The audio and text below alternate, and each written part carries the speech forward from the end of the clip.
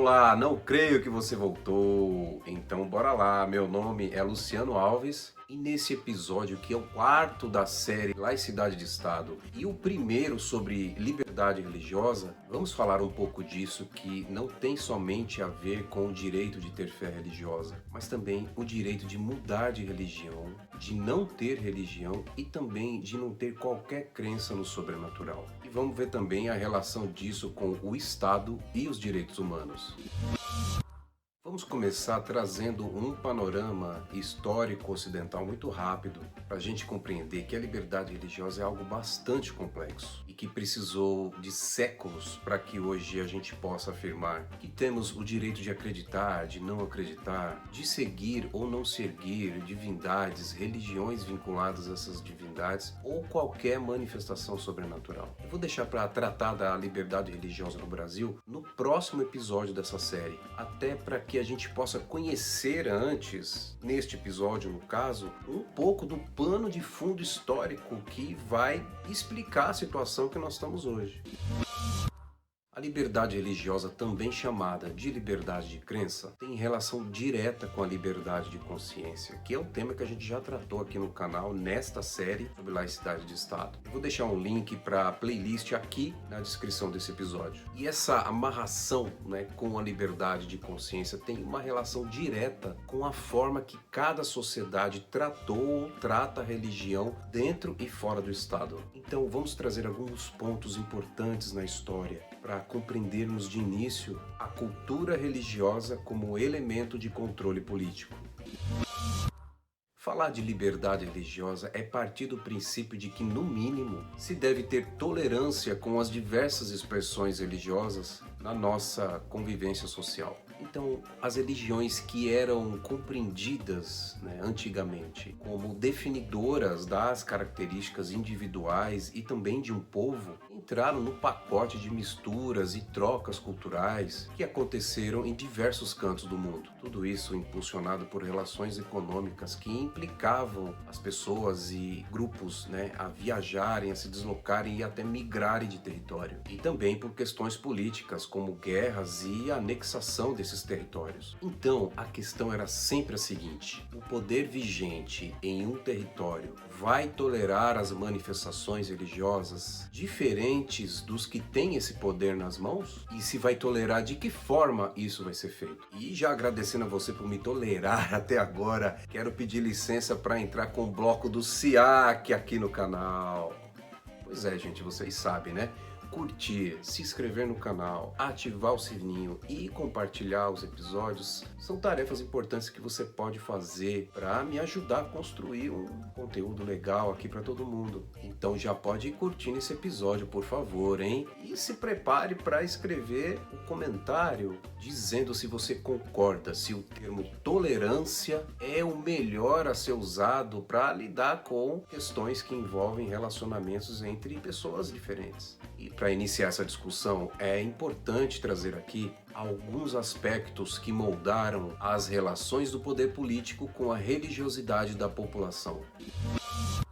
A noção de liberdade religiosa surge historicamente com as complexidades geradas pelas diversidades colocadas para as relações sociais envolvendo o poder da religião da classe dominante de cada época e também os costumes locais onde se deram essas relações. Daí começam a surgir questões políticas que vão falar de tolerância com a religião dos povos dominados e do surgimento do termo liberdade de culto nas relações mais particulares do cotidiano. Agora, essas relações dificilmente foram tranquilas, dado o papel, digamos assim, legislador da religião. São relações sociais e políticas que remontam alguns séculos antes da Era Comum, com diversos exemplos que combinavam diversas medidas para a manutenção da tolerância e da existência de cultos, como cobrança de impostos, policiamento repressivo e também a assimilação forçada da fusão de costumes religiosos, no sentido de garantir a expansão e o controle do poder político, como foram os exemplos dos impérios muçulmanos e do Império Romano, que com sua Pax Romana fez surgir o dito bíblico muito conhecido: Dai a César o que é de César e a Deus o que é de Deus. A Pax Romana foi uma política de aculturação dos povos dominados pelo Império, como forma de estabilizar o ambiente político e econômico em favor de Roma. Ou seja, a cultura religiosa local era respeitada desde que as regras e as condições de dominação política e econômica fossem obedecidas. Essa experiência de relações sociais baseadas numa suposta convivência pacífica entre dominantes e dominados contribuíram historicamente para as condições que propiciaram a fusão de elementos religiosos diferentes, incluindo o desenvolvimento e o crescimento do cristianismo, que no contexto de decadência de Roma foi elevado à condição de religião oficial do Império, dando origem à Igreja Cristã, que mais tarde foi dividida entre a católica e a ortodoxa, mas também deu origem a um modelo de controle total e intolerante da sociedade, que durou toda a Idade Média e se tornou referência para compreender a liberdade religiosa como parâmetro de organização do Estado. Com o surgimento das concepções de Estado e nação, a questão religiosa passa a ser colocada também num plano jurídico para o estabelecimento do que seja a liberdade religiosa. E isso teve um ponto de virada muito importante no século XVI, que foi por conta da Reforma Protestante, que levantou parcelas importantes dos membros da Igreja, encabeçados principalmente por Martinho Lutero e João Calvino, rompendo definitivamente com o domínio do Papa e estabelecendo novas formas, novas vivências religiosas, mas também de novas vivências políticas, visto que a tolerância para quem não era cristão continuava existindo, e ainda mais com a ampliação da Inquisição pela Igreja Católica, com perseguições, punições e pena de morte para quem não seguia essa fé cristã. A proteção da liberdade religiosa, garantida pelo poder vigente, somente surge no século XVII, e ainda por pressão da necessidade de pacificar relações econômicas e políticas, tendo no Edito de Torda um dos documentos e experiências mais importantes, até a explosão da Era das Revoluções nos séculos XVIII e XIX, que culminaram com a ruptura com o poder político vinculado à religião, colocando a liberdade religiosa como direito atrelado à liberdade de consciência.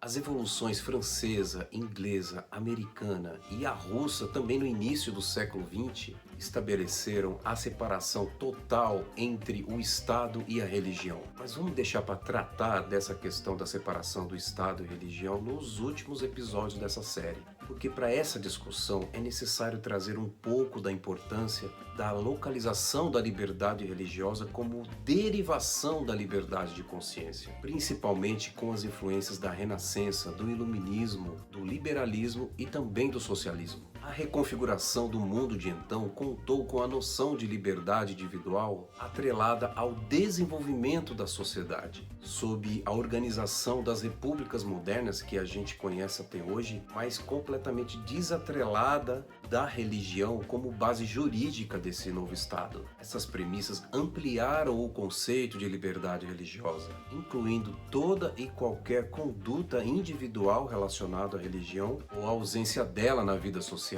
como direito humano fundamental que se expressa no artigo 18 da Declaração Universal dos Direitos Humanos. Vamos conhecer esse trecho. Todos têm direito à liberdade de pensamento, consciência e religião. Esse direito inclui a liberdade de mudar de religião ou crença e a liberdade, sozinho ou em comunidade com outros e em público ou privado,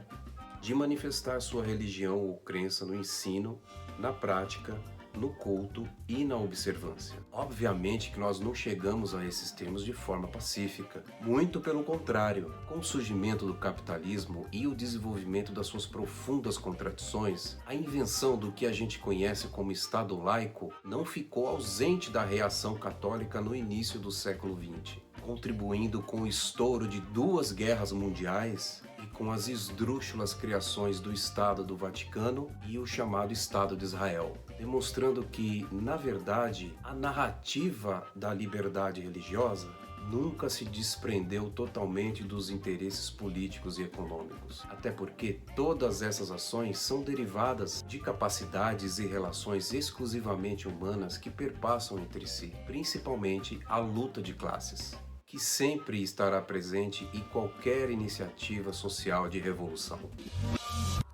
No próximo episódio dessa série, vamos falar sobre a liberdade religiosa no Brasil e as suas relações com a laicidade de Estado. Valeu, gente! A gente se vê no próximo episódio.